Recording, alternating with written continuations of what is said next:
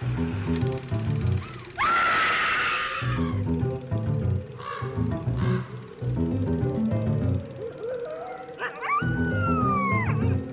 everyone, and welcome to Scream Scene, the horror movie podcast, where we watch every horror movie ever made in chronological order, and then we rank them from best to worst. My name's Ben. And I'm Sarah. Thank you for listening to us today. How are you doing today, Sarah? Oh, it's been a busy week. Yeah. Busy time, but, I'm alive and I'm here. That's a low bar. It doesn't seem like the bar is low to me. Okay. How are you? I'm theoretically fine. Everything's mostly good with me. I forgot to take my medication today, so in reality, I'm actually kind of a little all over the place. But theoretically, everything's fine. Nothing is actually wrong. Just my brain trying to convince me that things are wrong. Sure. Yeah. Well, you know what we say to your brain? What? Phooey. Well, folks, remember to take your meds on time. That's all I got to say about that. Well, I am excited for today's movie. Yeah, it should be really interesting. There's a lot of things that suggest it might be good. Ooh, even better. Today we are watching the very first Filipino horror film, Terror is a Man, from 1959, directed by Gerardo de Leon and Eddie Romero. So, how do we know this is the first horror movie from the Philippines? Besides the fact that we haven't covered a movie from the Philippines yet. How do we know this is the first? How do we know anything, Sarah? You the know internet? what I mean? No, I just mean that, so this is commonly said to be the first Filipino horror film. Okay. There aren't any records that I can find of an earlier Filipino horror film. This movie is generally famous for being the first Filipino horror film. But of course, it's always kind of tricky to track down the first of anything. Mm-hmm. If you're ever told something is the first of anything, there's a decent chance that if you go digging further, you'll find an earlier rendition that maybe counts or maybe doesn't, because maybe it's just a prototypical thing or whatever. The point is that human history is long. The number of humans on the planet is very vast. There's always a chance that, I don't know, somebody took out a Super 8 camera in 1945 and filmed their brother in the Philippines running around with a Dracula cape on, and maybe that counts, maybe it doesn't, you know what I mean? But for what is generally agreed upon by most people, this is the first Filipino horror film. Okay. No, I just wanted to double check because based on the research I did, their film industry has been around for a bit. So just wanted to make sure we were accurate with what we were saying. No, for sure. I am not aware of any earlier Filipino horror films. Okay, cool. And if you look at I'm sure the Blu-ray of this movie probably has something on it saying it's the first Filipino horror film. It's the main thing this is famous for. So really, if we're wrong, it's the marketing's fault. Yeah, sure. Or any of the various historians whose work I relied upon. Sure. So, as you just kind of mentioned, this is the first movie we're seeing in general from the Philippines. And you were just mentioning that the Filipino film industry kind of goes back a ways, which I actually don't know a lot about the Filipino film industry, particularly before World War II. I do know that the Philippines has kind of a messy history in the 20th century vis-a-vis its colonial status. And went through a lot of turmoil during the various wars of the 20th century. By 1960, they were independent, right? With a very big asterisk. Okay, do you want to maybe help our listeners learn a bit more about the Philippines if they, like me, are not super sure what's going on? Sure. So the Philippines are an archipelagic country. So basically a group of islands, but there's like over 7,000 islands. It's kind of bonkers. If you're not quite sure where in the world it is, the Philippines are north of Australia and Indonesia, east of Malaysia, Vietnam, Thailand, and south of China, Korea, and Japan, kind of southwest of Japan. There's a point to why I'm going so far back into history, but the earliest settlements in the Philippines were at ports, to the ocean. They were along major rivers. And I bring this up because trade and exchange has been a major aspect of Filipino culture for as long as anyone can remember. Gotcha. Both within the archipelago and outside of it, with many countries, many social groups, languages, religions, cultures. You have a mix of Islamic influences, Hindu influences, Buddhist influences. You have cultural and even like social or political influences from India, from China, from Japan. So it's already like a melting pot. Now, the first attempt at European colonization was in 1521 from the Spanish. They came to the Philippines, they tried to conquer, and they failed. The Filipino nation states, island states, banded together and like just murked the Spanish colonizers. Of course, at that point, they wouldn't be called Filipino yet.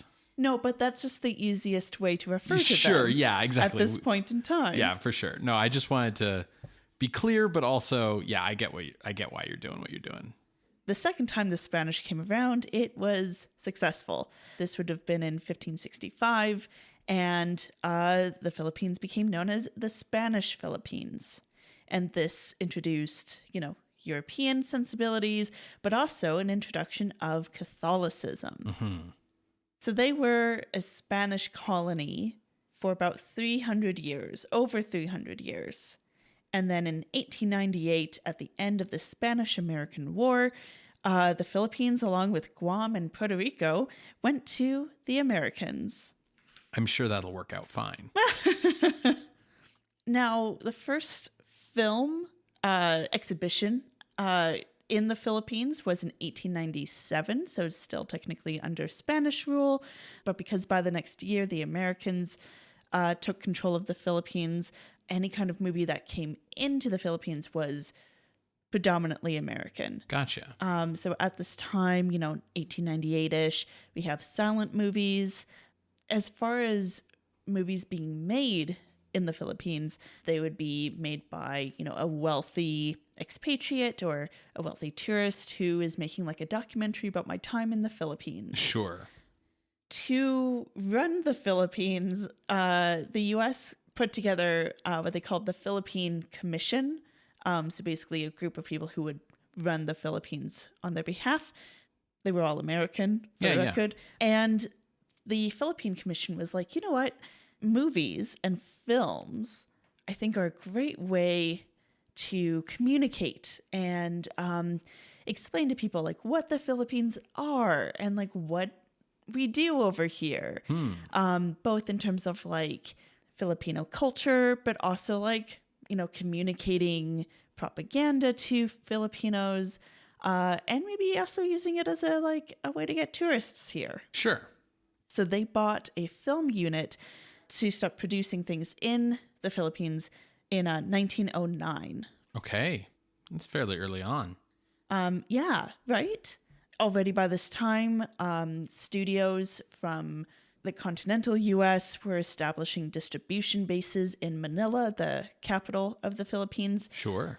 Now, the first feature movie produced in the Philippines was 1912's La Vida de Jose Rizal by director Edward Gross, who I think we've seen on the show before. Funny enough, a second version of this movie was made to cash in on that movie and came out the day prior. Right. But this was supposed to be like the Transformers to the other Transmorphers. Yeah. So it's just funny, like at the very start of the Filipino film industry, you see some of this like cashing in. Right. Yeah. The same kind of knockoff behavior that we see throughout. Yeah.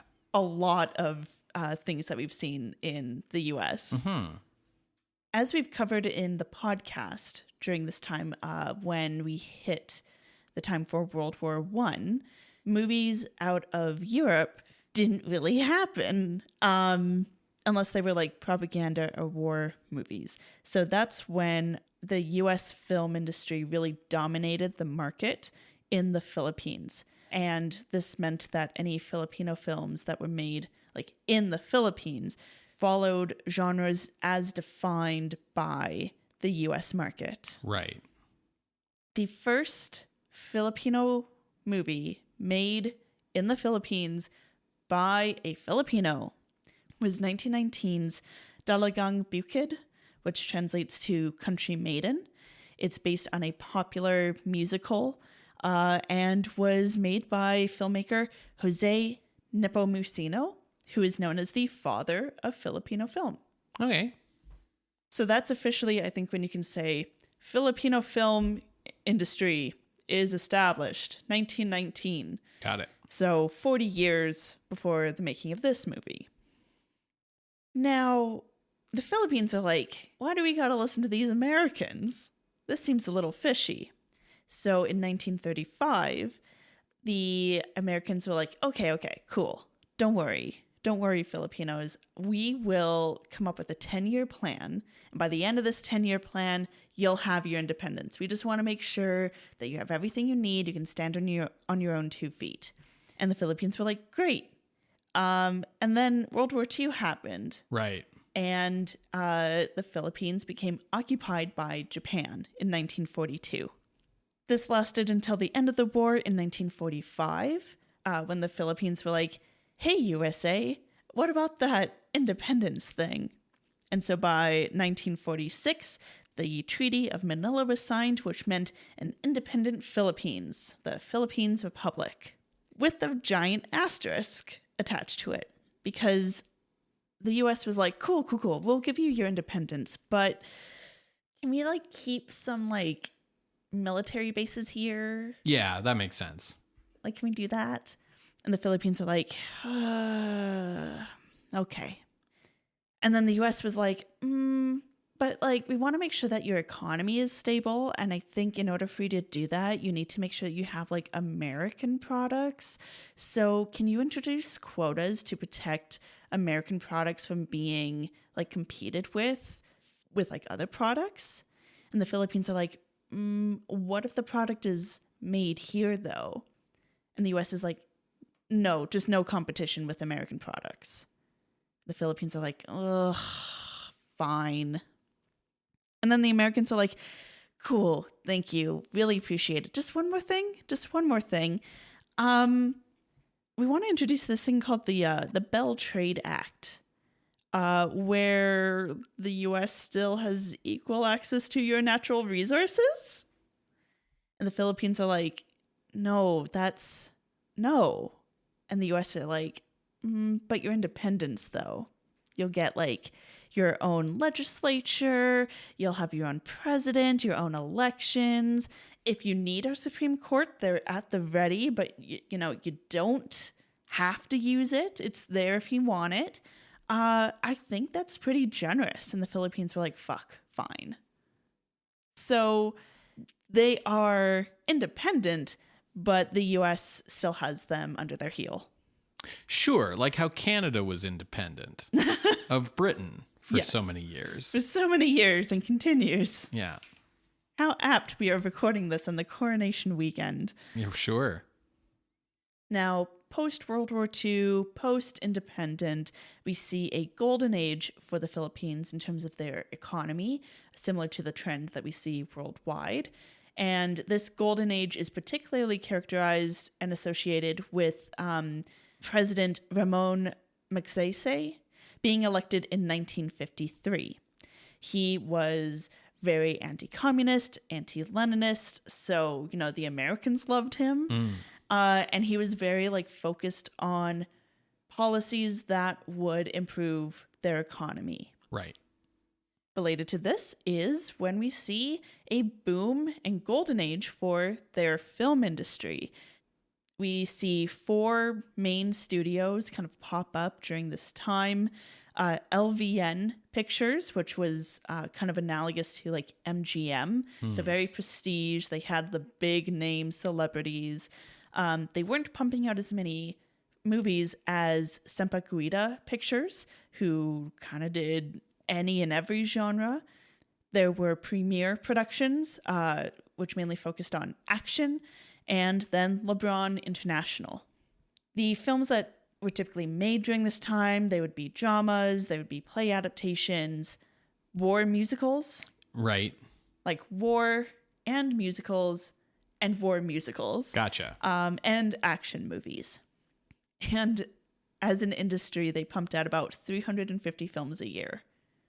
That is a country that doesn't have a lot of television yet, is what that sounds like. Absolutely. They are really focused on not only making movies, but making movies that are made by Filipinos. During this time, they have their own celebrities. They have their own like big name directors, the Christopher Nolans, such as the 2 directors who made this film. The end of the Filipino golden age for the economy is usually considered to be the end of Magsay's tenure as president, likely because it ended in tragedy. He died by a plane crash. So a politician named Carlos Garcia assumed the presidency and then was later elected. His presidency was focused very much on a Filipino first policy, where he was pushing a lot against the lease renewals of U.S. military bases, a lot of economic policies that favored specifically Filipino trade. And it's not like things crashed and burned, and that was the end of the golden age. It was just like, under Magsaysay, everything was great. Under Garcia, Got it. it's okay. When did that happen? 1957. Gotcha. You know, we still have a lot of movies being made, and this is, of course, a studio system very much alike to the old Hollywood studio system. But by 1959, that studio system was having a lot of difficulties with conflicts between labor and management, which led to kind of a push for more independent stars, contracts versus a salary wage, very similar to the trend that we see in the US as they move away from a studio system. As far as what the culture is like, as we head into this 1959 movie, it is a very, very diverse culture. In all of their art, literature, everything is very diverse with mixes of Spanish, Southeast Asian, Catholic, and Buddhist kind of influences. If something is going to be based off of folklore, then we get back to, for lack of a better word, like indigenous Filipino folklore, rather than transplanting like Spanish folklore. But it's a melting pot, Sure. I think, is a great way to think about the Philippines. That international influence continues even into the 1960s. The Philippines would see a lot of like knockoff versions of big movies and franchises like James Bond, very similar to what we see from other countries trying to like create their own version of these big franchises from the UK or the US. So that's the Philippines and their film industry. Gotcha. Yeah, the Philippines as kind of like a melting pot reminds me of this thing I read once about how like originally the word Filipino just meant Spanish people from the Philippines. But like eventually, because there were the Spaniards and there was like multiple different sort of indigenous ethnicities, and as time went on, they were becoming like increasingly mixed, like Filipino just became the easiest way to talk about everybody, essentially. Yeah, I think you can see that really clearly with language. So outside of the Philippines, we might say that they speak Filipino as like their language. but that doesn't actually exist. It would be the same as saying like, oh, that person is speaking Chinese, when like Chinese as a language Right. doesn't exist. Right. The national language I think you would be able to say is Tagalog, but even then only like 30-ish% of Filipinos speak that as their first language. There are a whole swath of other Filipino languages, but then Spanish takes up a huge percentage of that language melting pot. Sure. So it's a little bit of everything. Gotcha. Well, Terrorism Man, the film we're watching today, comes sort of from a place of American influence and American money. The producer of the film is Kane W. Lin, who was an American born in 1919, and he was a U.S. Navy pilot who was stationed in the Philippines during World War II.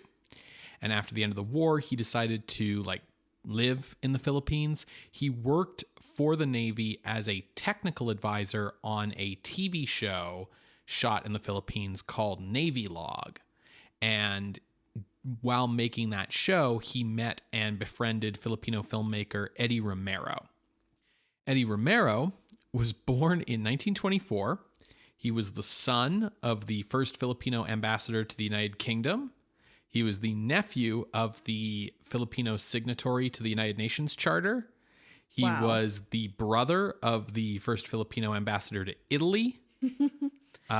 So his parents were very disappointed when he went into entertainment instead of ambassadorship. Yeah. His film career began as a writer in 1941, and by 1947, he was directing as well. He won Best Director at the Maria Clara Awards in 1951. He won Best Screenplay at the Maria Clara Awards in 1952. And then he also won Best Screenplay at the Filipino Academy Awards in 1953. After meeting Kane Lin in 1955, the two began collaborating to create Filipino movies that they thought could break into the American market. These were mostly war movies and crime movies at first. Worried that these movies weren't doing well enough, weren't having that success, Lin paid to have international actors brought into the Philippines to appear in them, similar to what we saw Hammer do in the 50s or Toho. Basically, Lin and Romero decided to make a horror movie as a way to break into the international market. They're making it for the same reason all the other independent filmmakers are making horror movies, which is that they are cheap and easy to make, but if you do it good, you can have a big return on investment. Lin and Romero brought on Texan writer Paul Harbour, who had written their 1958 movie The Kidnappers, to write a story inspired by the island of Dr. Moreau. Oh, interesting. How long has it been since we saw Island of Lost Souls? Island of Lost Souls was 1932. Okay. So it's been almost 30 years. And that movie, at this point in time, would still basically be banned. Yeah. So I think it's a fair thing to say that no one will remember specifics enough to be giving direct comparisons. Yeah. They don't actually credit H.G. Wells on the film. They don't say it's based on Island of Dr. Moreau, but it's the same premise, right? Yeah. In the same way that there's a lot of stuff that's just ripping off Island of Dr. Moreau, right? But that's what happens when it's public domain. You don't need to credit people. For the record, Island of Lost Souls was covered in episode 36. Oh my God. And we are currently episode 286. Woof. And it is currently ranked at number 11. Yeah, it's a good movie. Yeah. Yeah, it wasn't really banned, but after the production code was enforced in 1934, just so much of it had to be cut out that it was basically not watchable. So no one re-released it. Anyways, Romero decided to collaborate with Filipino filmmaker Gerardo de Leon to direct the picture. I believe De Leon is the credited director, but Romero directed many sequences, but Romero's credited as a producer. Now, Gerardo de Leon was born Gerardo Ilagan in 1913, and his original profession was as a medical doctor. Oh. But he loved movies so much that he decided to become an actor in 1934. He appeared in 8 films before transitioning to become a director, and he ended up marrying the star actress of his directorial debut. Oh, wow. During the Second World War, De Leon made anti-American propaganda films for the Japanese. Yeah, during the occupation, a lot of the film production equipment and any kind of assets were used by the Japanese to make Japanese movies, but there were 2 feature films made in the Philippines during that time that are war propaganda. Now, when the Japanese were defeated, De Leon was charged with treason, and he would have been executed by the Filipino government if it was not for the discovery of evidence showing that he had been aiding the Filipino resistance the entire time. Nice. In 1952 and 1958, he won Best Picture and Best Director at the Filipino Academy Awards, and he was often called Manong by those in the film community, which is an Ilocano term for the firstborn male in a family, but which is also used as a term of like affection and respect for an older man than yourself, like calling someone big brother. Yeah. There is a lot more that I could say about Cain Lin and Eddie Romero and Gerardo de Leon, all of whom would go on to like very prestigious careers. Eddie Romero was eventually named National Artist of the Philippines in 2003. Gerardo de Leon is the most awarded director in the Filipino film industry. Every time he won Best Director, he also won Best Picture, and he did that 7 times in total. Wow. But Terror is a Man is not the last film from them we will be seeing. So I can talk more about their coming success in future episodes. I am very much looking forward to it. Yeah. So, as I mentioned, Cain Lin was importing stars from outside the Philippines to come star in these movies. So the star of our movie here, the Dr. Moreau analog character, is played by Francis Lederer, who we enjoyed in Return of Dracula from 1958. This would actually be his final film role, though he would continue to act on television over the next 10 years. And then after retiring from acting, he stayed working. He was the Recreation and Parks Commissioner for Los Angeles, and he had many other like activism projects. He did stuff for UNICEF. He was one of the co-founders of the American National Academy of Performing Arts in LA and the International Academy of Performing Arts in Washington, and so on and so on. Just like lots of these kind of civic activist kind of projects until he passed away at age 100 in 2000. Wow. The movie's female lead, who is the like wife of the Dr. Moreau analog character, is played by Greta Tucson, who was born in Denmark in 1927. She won Miss Denmark in 1951 and basically tried to parlay that into coming to the United States with the hope of being the next Marilyn Monroe. Sure. She got into some legal trouble because she just sort of came to the United States and was like, oh yeah, like I'm here visiting, and then started trying to like get work and then just kind of like stayed there, and she was only on like a visitor's visa. Yeah, you don't fuck around with that shit. So they deported her in 1953, but it was all cleared up. And after 2 marriages to U.S. citizens in the course of 3 years, Tucson had her film debut as Marilyn Monroe's body double in the movie Bus Stop in 1956. She appeared in 4 more feature films over the next 3 years, actually like appearing in roles. Yeah. As well as 3 Three Stooges shorts that she's quite well known for, and a number of television appearances. While shooting Terror is a Man, she was married to her 3rd husband, and after making 4 more feature films, she would retire from acting soon after marrying her 4th husband, and she passed away at age 90 in 2018. Also in the cast is American character actor Richard Durr, who plays kind of the shipwrecked guy role. He's perhaps best known to genre fans for his appearance in When Worlds Collide back in 1951. The film was shot by Emmanuel Rojas and edited by Gervasio Santos, who was generally considered the best editor in the Philippines during his career and would serve as the president of the Film Editors Guild of the Philippines in the 1970s and 80s. So I know that they're just making this movie to kind of like cash in, try to break into the American market. Yeah. But all of this, budget aside, it sounds like this is going to be an A picture. Like with the amount of effort going in. It's not from any of the studios. Okay. This is like an indie picture from like a couple of guys scraping together some money. It's just that they're all the most talented people in the country. Okay. I did want to say Gervasio Santos is now retired and lives in Toronto with his family. Oh, Toronto. Terror is a Man was released on December 12th, 1959 on a double feature with Eddie Romero and Kane Lynn's crime movie, The Scavengers.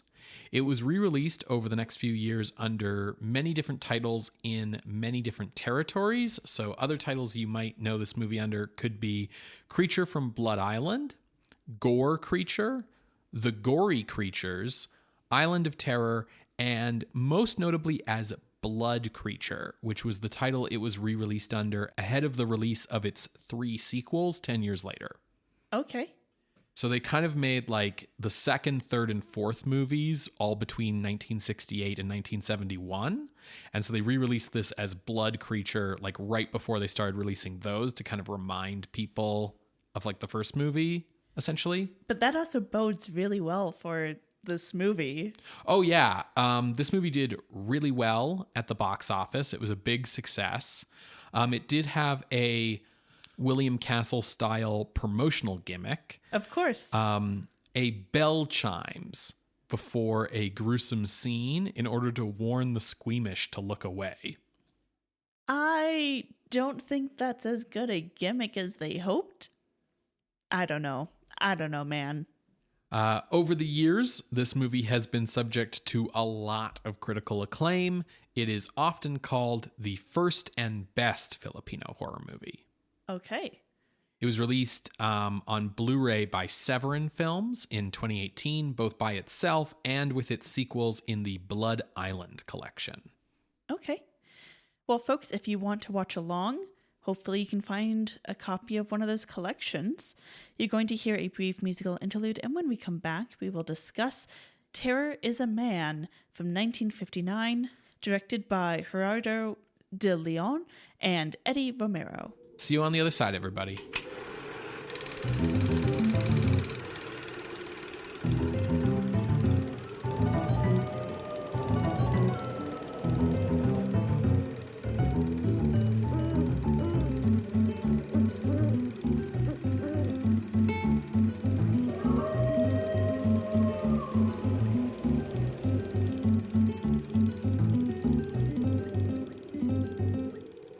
Welcome back to Scream Scene. We just finished watching Terror is a Man from 1959, directed by Gerardo de Leon and Eddie Romero. Ben, first thoughts? So I liked this, but I think I liked it on like an intellectual level more than on like a gut level. Yeah. Like I respected this more than I liked it. I would agree. I think that this is a fairly good movie. It feels like a book adaptation. Interesting. Because of its slower pace. I was thinking like a play, but I get where you're coming from. Yeah, you could also get a play from this. Little bottle episode. Yeah. But I don't know. I think it was fairly well done. Mm-hmm. Let me run through what happens, but it's basically Dr. Moreau's island. On like a smaller scale. Definitely. When the film starts, we see William Fitzgerald washing ashore in a lifeboat, and he is found by Dr. Charles Gerard and his assistant Walter Pereira as they are out tracking some kind of animal. Later, Fitzgerald awakes and he learns that he is the lone survivor of a capsized freighter.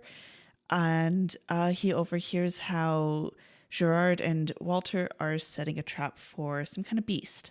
That night, we see a panther-like man-beast attack and kill 2 villagers. So the next morning, the entire village is like, GTFO. They leave on the boats with only 2 people left behind, the brother and sister Tiago and Celine, who also happen to be servants at Gerard's manor.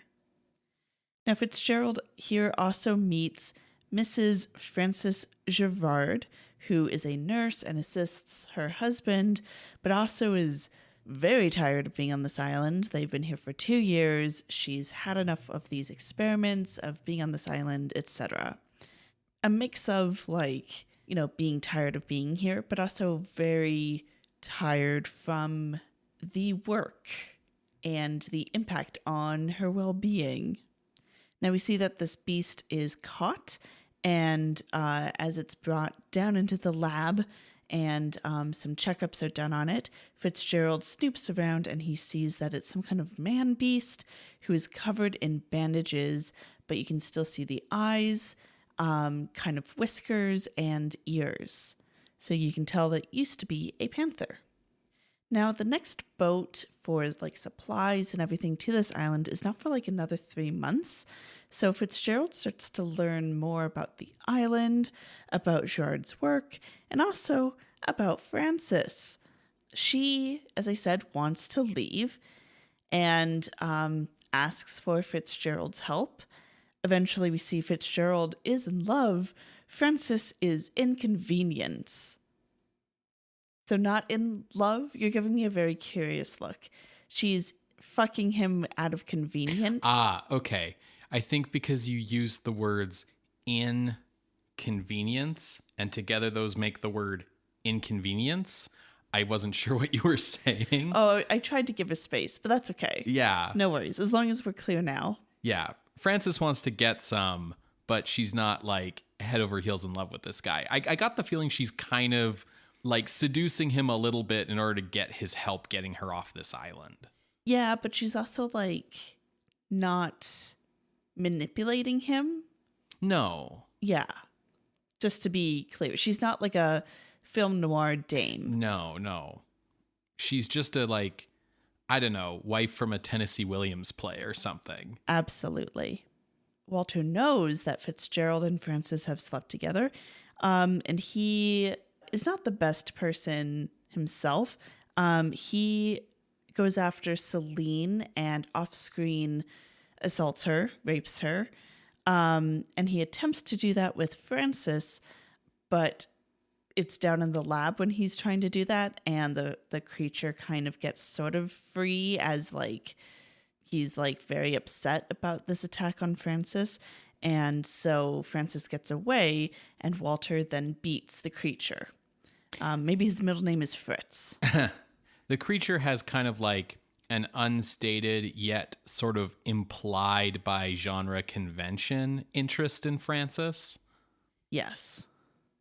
Now, Fitzgerald learns about Gerard's like theory and everything. It's basically about evolution, and rather than letting it take place over like decades to centuries to whatever, he's like speeding it up, and he wants to create like the perfect man who is free of emotion, is completely objective and logical. He's not distracted by the instincts that Homo sapien man has, which is like, there's a fatal flaw in here, my guy. You're experimenting on animals. Yeah, it's like okay, so like he wants to make the perfect race, right? And it's like, oh, that's a little like cringe a little bit, right? But it's like, oh no, but he doesn't want to do it with like eugenics and like selective breeding and stuff. And it's like, oh, okay, that's good. And it's like, oh wait, but you want to create the perfect logical man from animals? That doesn't really make sense. It feels like it would be easier to do it from people. So, there's a little little mix of pros and cons going on here. You're like, lots of cons, lots of cons. And it's very clear that like Gerard believes himself to be sane. He doesn't have any insane behaviors, but he believes in this so wholeheartedly that he's a little insane. He doesn't care about the lives of other people, and he goes out of his way to be like, figuring out the morals of my work is for other people to do. But on the other hand, he doesn't have any of the like sadistic God complex behaviors of like Dr. Moreau in Island of Lost Souls. Yeah. Now, post-surgery, the most recent surgery on the beast, which was like on the throat to basically allow him to be able to speak and speak English, he escapes. And as the beast has escaped, he kills Walter. He ends up killing Celine and ends up kidnapping Francis. Now, Celine's brother, Diego, is somewhere out in the forest. I think it's safe to assume that he's dead at this point. Fitzgerald and Gerard manage to track the beast, and Gerard confronts the beast and gets the beast to, like, put down Francis and, like, come with me. Like, we'll get this sorted out. And then he gets clawed in the face and then thrown off a cliff. So he's dead. And seeing this attack, Fitzgerald shoots the beast with many a bullet, and the beast then like runs off and is off injured. We see that Diego approaches the beast and is like, how like when a little kid approaches like a lost dog, similar vibes, and helps the beast get onto a rowboat and kind of puts him out to sea. Meanwhile, Francis and Fitzgerald are like, well, we just went through that. And that's the end. Now, Ben, at the beginning, you said that there was like a gimmick of like a bell ringing. So that happens during the surgery on the larynx. And it's basically bookending a shot of someone cutting into a person. Like the shot of the surgery incision. It's a live pig is what it actually is. Close up on, meant to, make you think it's the Panther Man. Yeah. So that was not what I was expecting, but it's also like not as bad as you think it might be. Yeah. So what did you think of this movie? Where would you like to start? Well, so for one thing, for all the like wannabe Moreaus out there who are trying to change animals into man via surgery and surgical techniques, which is still what we're kind of doing here, there are injections of like a synthetic glandular thing that's meant to like change the brain as well as the body, which I thought was like an interesting addition to the lore, I guess, if you want to call it that, where it's like, well, like bridging the existing gland lore in horror movies into Moreau's surgical changes. Yeah, but also kind of like acknowledging that like if you did a bunch of like Ship of Theseus style surgeries to like a panther to make it into a man, like that's not going to give it a man's reason capabilities, right? Yeah. So like I liked that. However, if your plan is to create man out of animal, why do these guys always start with panthers? I mean, I get that it's so for like in a horror movie sense, it's got like claws and fangs and is like a, violent predator, but like do a chimpanzee or a gorilla or something, like start closer, No, I am so glad it was a panther. If it was another fucking gorilla, Benjamin, we have had so many fucking gorillas. I will say that, so this movie is well shot. It's well edited. I think it's well directed. I think it's well written. I think it's well acted. It's a nice little movie. Its biggest flaw is that not enough happens, which makes it slower than I would like, which is why I say I respect it more than I like it. Yeah, I think I completely agree. There's a lot of like moving camera, depth of field, shadow, framing. Everyone making this movie is clearly very skilled. And I also noted the editing, that it was very well done. You feel kind of trapped here, which I think is where you get that play feeling. And it has a slower pace, which I, yeah, also respected, but I felt like it needed a bit more energy when it got to the climax. So the thing about the movie is that it's very intelligent and reasonable in my mind. And what gives it that play quality as well is it's kind of got that like Star Trek appeal where they're not able to afford a lot actually happening, which leads to a lot of good dialogue scenes about the issues at hand. Like, this is a movie where people talk about like the philosophy behind what's happening, or like, you know, explain your methods to me, or whatever, all the character relationships. And it was interesting seeing a version of this story where all the characters act more recognizably like human beings. Like, the scientist isn't so obviously mad, right? Like, he's even at by the end, like Gerard is not cackling, he's not trying to kill the other humans on the island or anything. He just like legit thinks this is a good idea. Like, if there's anything sort of crazy about him, it's just that he thinks that making panthers into people is a good idea. But the rest of how he goes about it, like, he can explain what he's doing intelligently, and he sounds like a reasonable person. Yeah, I think Francis Lederer is a very good Moreau analog. Personally, I believe that he is playing the character as fully sane, and it's his belief that is a little fanatic.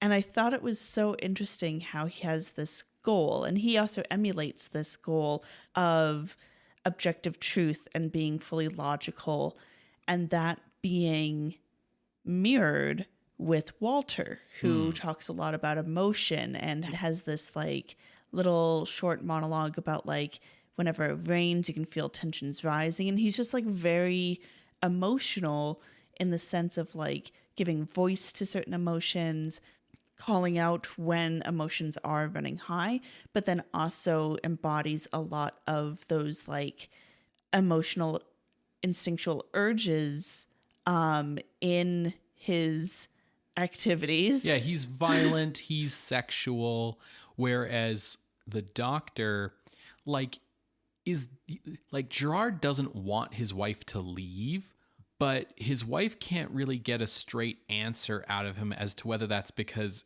Gerard would lose a nurse, or whether Gerard would lose a wife, or whether it's just more important to Gerard to have someone around to talk to, because it doesn't seem to upset Gerard all that much that like his wife is probably fucking another guy on the side. Like, Gerard doesn't seem to have a lot of that passion.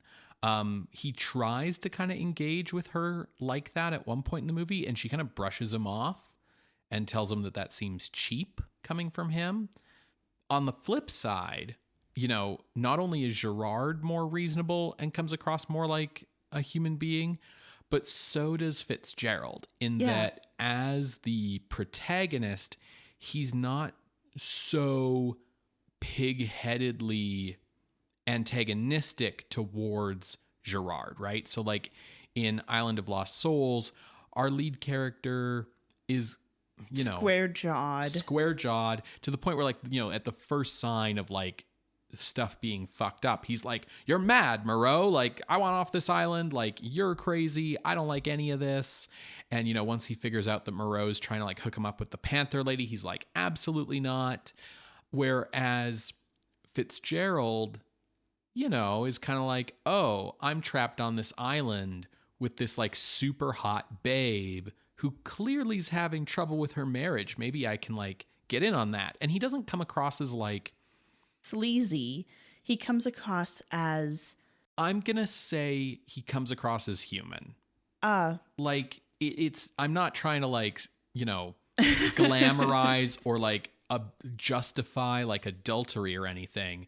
But it's just that like he comes across as like a person with desires and flaws. He also comes across as like a neutral party very well, even as he embodies these things. Yes. And has been thrown into this mix. Yes, because Fitzgerald, like, it's clear that like Fitzgerald understands that what Gerard is doing is wrong and he wants to help out Francis, but he's not going to be talking to Gerard and being like, "You're mad, Gerard, I'm taking your wife away from here," so that Gerard can like be like, "You'll never get away," and like put him in a cage or something. Instead, like, he just lets Gerard talk and has conversations with him and is like, "Yeah, this seems really interesting. Let me take a look at what you're doing." And because if you were actually the guest of this person on his island and there's nowhere for you to go and no way to escape, like, why would you purposefully antagonize? Right.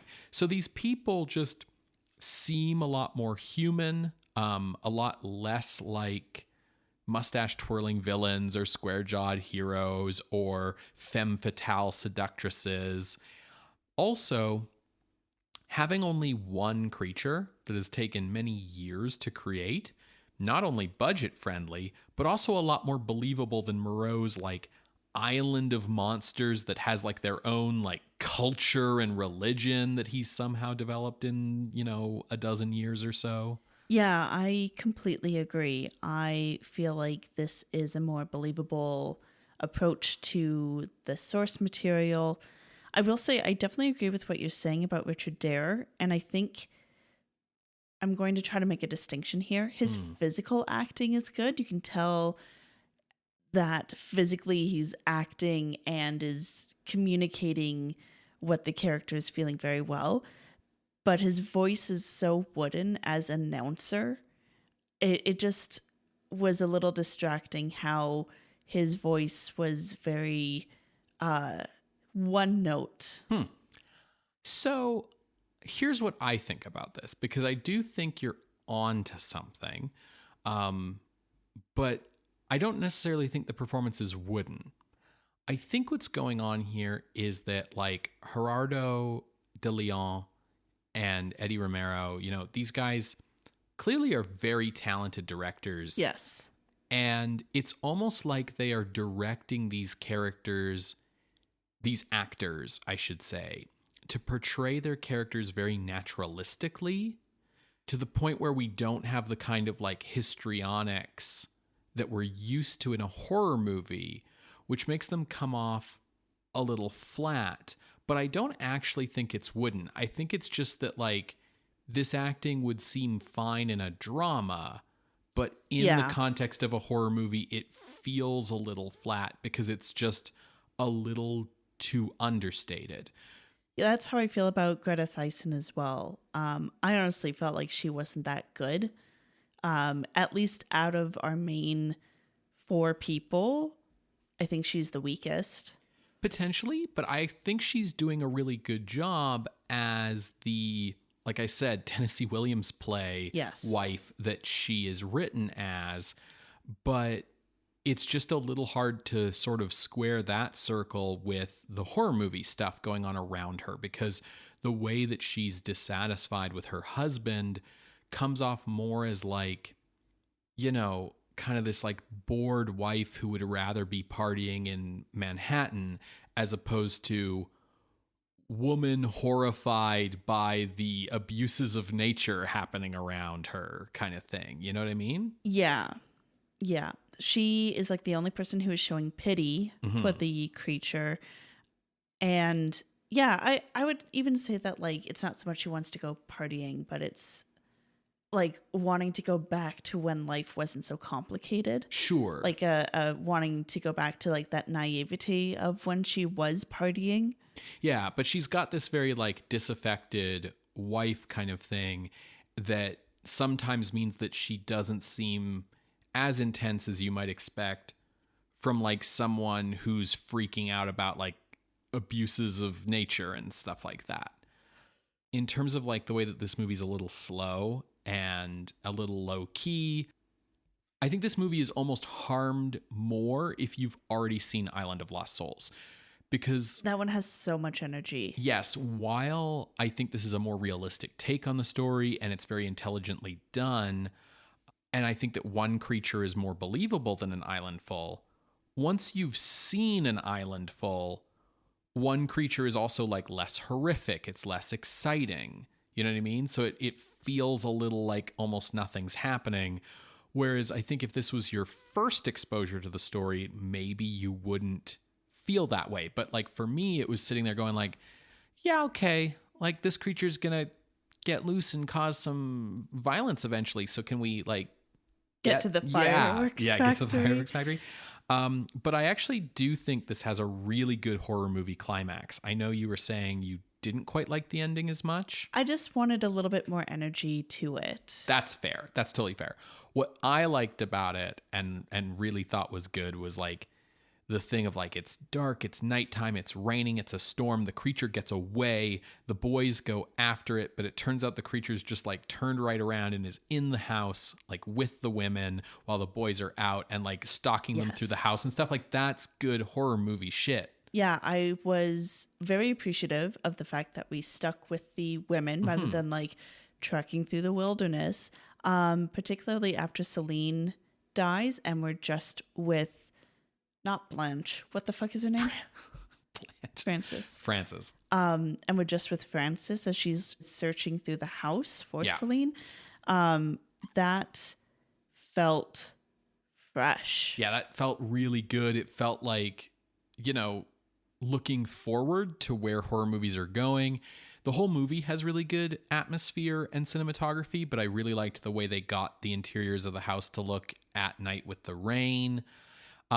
It is a little bit harmed, again, by that more realistic style of acting in the sense that, like, the first few times that Frances sees the monster coming at her, she kind of like does this deer in the headlights, like freeze thing where she's got her mouth open agape, but she's not making any sound. Like, you know, she's just frozen and then she'll like run away. Eventually she lets out a pretty good scream, but I feel like if you're, you know, the horror movie junkie, like you want that scream, and maybe it's more realistic to do the deer in the headlights thing.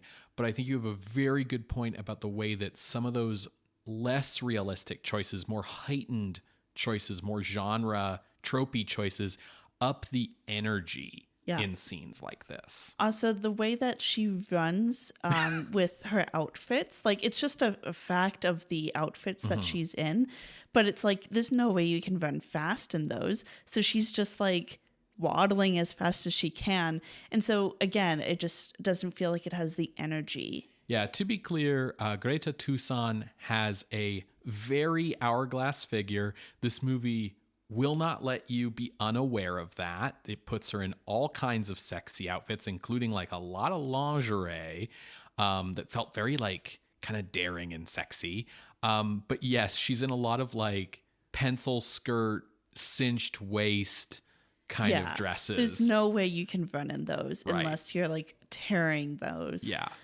Because we only have one monster, I think they did a pretty cool job on the makeup. I would agree. I appreciated that they did this neat thing of like it's covered in bandages.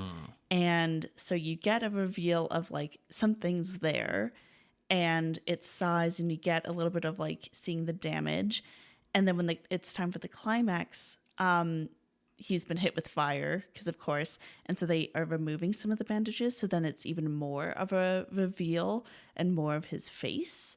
I thought that was a neat way to handle having your cake and eating it too. Yeah, and you know, they don't have to make the whole body of the creature, but I thought the head that they made actually was a really good attempt at like a half panther, half man kind of look. It had like almost kind of, you know, like a more modern prosthetics kind of look to it than the paper mache ass shit that I've been getting used to in these movies lately. Yeah, that's just Bud Westmore. He doesn't know what the fuck he's doing, Ben. Is there anything else you'd like to say? Or no, I think that basically covered it. I think this is a really good movie. I think it's worth checking out. I think it's very respectable. Yeah. So let's move on to ranking. I think the obvious starting point is Island of Lost Souls. which, as I said, is ranked at number 11. While I like this more realistic approach to the source material, its lack of energy hampers it as a horror movie. So Yes. I was looking below. Yeah, this might be in some ways like a better drama or a better science fiction movie than Island of Lost Souls, perhaps, but it's not a better horror movie. So I totally agree that we're looking below this. And as I worked my way down the list, my eyes came to Murders in the Zoo at 27. Interesting. And that movie has a lot of energy, but it's also really not realistic at all. And I think comparing Lionel Atwill's performance of someone who is not in their right head and how that translates to his marital relationship, and comparing how we see that in Terror is a Man, even with just the theme of like, it's the men who are the terror in this movie. If that was not fucking clear, I'm spelling it out. I did want to actually hit on that title because like there are, I think, two ways to interpret the title. One is the terror is Dr. Gerard, not the monster he's created. The other is they keep raising the question in the movie of like, is the creature beast or man? And so I think the other way of interpreting the title is the movie coming down and being like, no, he is a man. Yeah. Because otherwise the movie would be titled, Is Terror a Man? So I made Murders in the Zoo my floor. Interesting. And as I was, reflecting on the movies in here, I actually came upon a spot. Okay. Above Murders in the Zoo is Macabre from Castle. Right. This movie has a Roger Corman vibe because of that drama, rather than Castle's like gimmick energy thing. Yes. Above that is House on Haunted Hill, another Castle classic, and then Night of the Demon. I don't think that Terror is a Man can go above Night of the Demon, even just in like scope and accomplishment of everything. But House on Haunted Hill, thinking about the relationship between the two married couples, I think is done better in House on Haunted Hill because it's allowed to have a lot of that energy, but also like explicit loathing. But I think it's worth going above Macabre. So my spot was 26. Yeah, that explicit loathing is interesting because the kind of like quiet, like this marriage has just kind of broken down energy in this film certainly feels more real, but like the hatefulness that Vincent Price has for his wife and her back to him in that movie does make them more entertaining to watch in a way because it's more dramatic, right? Yeah. So you're looking way higher than me, I'm just going to say. Interesting. Okay. So I didn't really know where to look. Obviously, I looked at Moreau first, and I said, no, this is not going that high. So then I looked at where Return of Dracula is, our other Francis Lederer movie. And that's down at number 78. And I was looking at stuff around there, like Horrors of the Black Museum and The Tingler, and I was like, I think we can go a little higher than this. And I looked my way up the list until I hit stuff like The Screaming Skull at 55, and then White Reindeer at 54, and The Uninvited at 53, and Seventh Victim at 52, and Vampire at 51. And I was thinking maybe this wasn't better than those movies. So my range was actually 55 to 76 down in this section. I think, like, I see where you're going. And part of what is challenging for me is I really feel like the script for Terror is a Man is very intelligent. And I think it's bringing in its themes and the horror of its themes into its very DNA. Sure. Sculpting it almost to be a man. No. So I think this brings up a bit of an interesting question, which is on-screen scene here. Do we grade on a curve? Because like a lot of my respect for this movie also comes from like, it's the first. It's the first Filipino horror movie. It's not being made with a lot of money. You know, it's coming out of the Philippines. I've never like seen a 1950s 50s Filipino movie before. I had no idea really what to expect. And, you know, to be honest, my expectations were low. Even hearing that it was made by like some of the best Filipino filmmakers, that raised my expectations. Absolutely. But I was still kind of expecting something Roger Corman-y. And I actually think it's interesting that you brought up the kind of like vibe similarity, because this does have a Roger Corman vibe to it. But like, again, the filmmaking is on this like much more talented level, I think. And so, you know, do we give this movie extra points for being so good for what it is, as opposed to like, as Dr. Gerard might say, like how objectively good it is, right? I hesitate to answer this question, but ultimately it is very clear, and we've been clear from the beginning, that this is not an objective list. Right. We frequently grade on a bell curve. We have sections of the list that are like, this is good, but, and sections of the list that are like, yeah, but you unintentionally hit onto a social theme, so I guess you're a little better than we thought. Right. Like, at no point did we give the impression that this was objective. Yeah, no, for sure. So I kind of see that this should go above Murders in the Zoo. Even though below Murders in the Zoo, we have things like Fairman Maria and a bunch of other really good movies, actually, under Murders in the Zoo. I'm not sure if this should go above Macabre, but it definitely below House on Haunted Hill, for sure.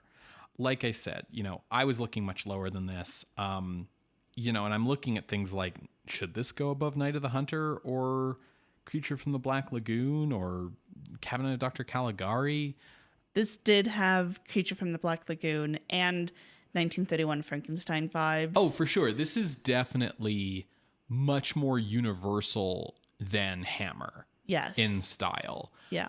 This is Universal if Universal had like been allowed to get horny with it, you know, to a greater degree. No. I mean, okay, Creature from the Black Lagoon actually does get pretty horny with it.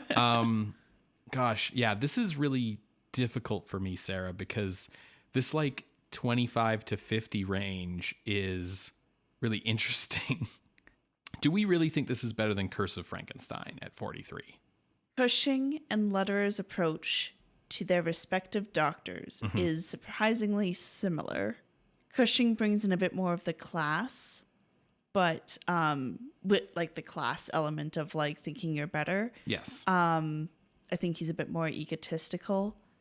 I think what I like about Curse of Frankenstein is the way that you know that Frankenstein's a rat bastard, whereas like, as much as it was refreshing to get a mad scientist who wasn't mad, who was just like, no, yeah, I legitimately think this is a good idea, I think it makes for a better movie villain to have a guy who's like just so completely amoral as Baron Frankenstein. Sure.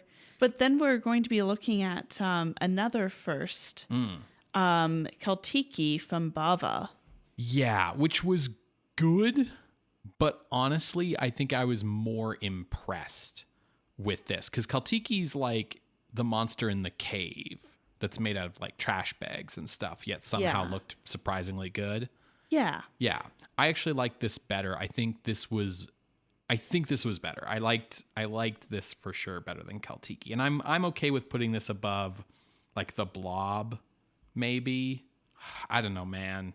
It's hard. It's very hard. This movie's much more believable than The Blob, though. Yeah, it's just like, are we ranking on believability? It seems to be definitely what we've honed in on with this particular movie. It's something we like about it. Yeah, for sure. I think I want to stay below Curse of Frankenstein on this. Yeah, I'm happy with this spot. Okay, cool. This is a good compromise. So going into the list at the new number 44, beneath Curse of Frankenstein but above Kaltiki, is Terror is a Man from 1959, directed by Gerardo de Leon and Eddie Romero. Which, okay, so all of my research calls them Gerardo de Leon and Eddie Romero, but in the actual movie they're credited as Edward F. Romero and like Jerry DeLeon, basically, like which one gets a nickname and which one gets all fancy was switched. Yeah, but Romero is listed as a producer. Yes. You're not going to respect a producer If he's whose Eddie. credit is Eddie. Sure. Whereas a director, you need to work with the actors. You need to be approachable. Hey, Jerry the Lion. Anyways. If you would like to see this list, you can go to our website, screamscenepodcast.com. There you can find links to the many episodes that we have mentioned today, as well as our appeals box. If you would like to contest this or any other ranking, you can drop us a line through our Ask Box on Tumblr. You can reach out to us over email at screamscenepodcast@gmail.com or talk to us on Twitter @_screamscene. Scream Scene updates every Wednesday on Apple Podcasts, Google Podcasts, SoundCloud, and Spotify. You can help the show out by leaving us a rating or a review on one of those services. You can subscribe to the show using our RSS feed. You can help grow the show's audience by telling a friend about the show. Word of mouth is the best way for us to get new listeners. And if you really like what we do here, you can support the show financially by going over to patreon.com/Scream Scene Podcast, where you can become a patron of the night for as little as $1 a month. Patrons at the $5 and $10 levels get access to regular bonus content like bonus audio, cut from previous episodes, and patrons of all levels get to vote in our monthly polls to determine the movie for our horror-adjacent bonus episode each month. For the month of May... it's going to be Zombies on Broadway. Oh, wow. Okay. Yeah. And the poll for June will be up soon. Yes. Watch soon for the poll for June. Yes. On patreon.com/Scream Scene Podcast. So, Ben, that was 1959. We are closing the book on 1959. What are we watching next? Yes, so we're finally into 1960, which is going to be a big year. There's just going to be a lot of major films in the horror genre. But the first one we're going to be watching is a British film, sort of a Hammer knockoff, starring Peter Cushing. It's The Flesh and the Fiends, and it's a Burke and Hare movie. But actually, it's actually Burke and Hare instead of like just something inspired by them. Okay. Yeah. So is this like a screwdriver horror? Like... Oh, if it's a not wrench Hammer? horror? I see what you're trying to say. Yeah. We'll find out. We'll see you then, creatures of the night. Bye. Bye.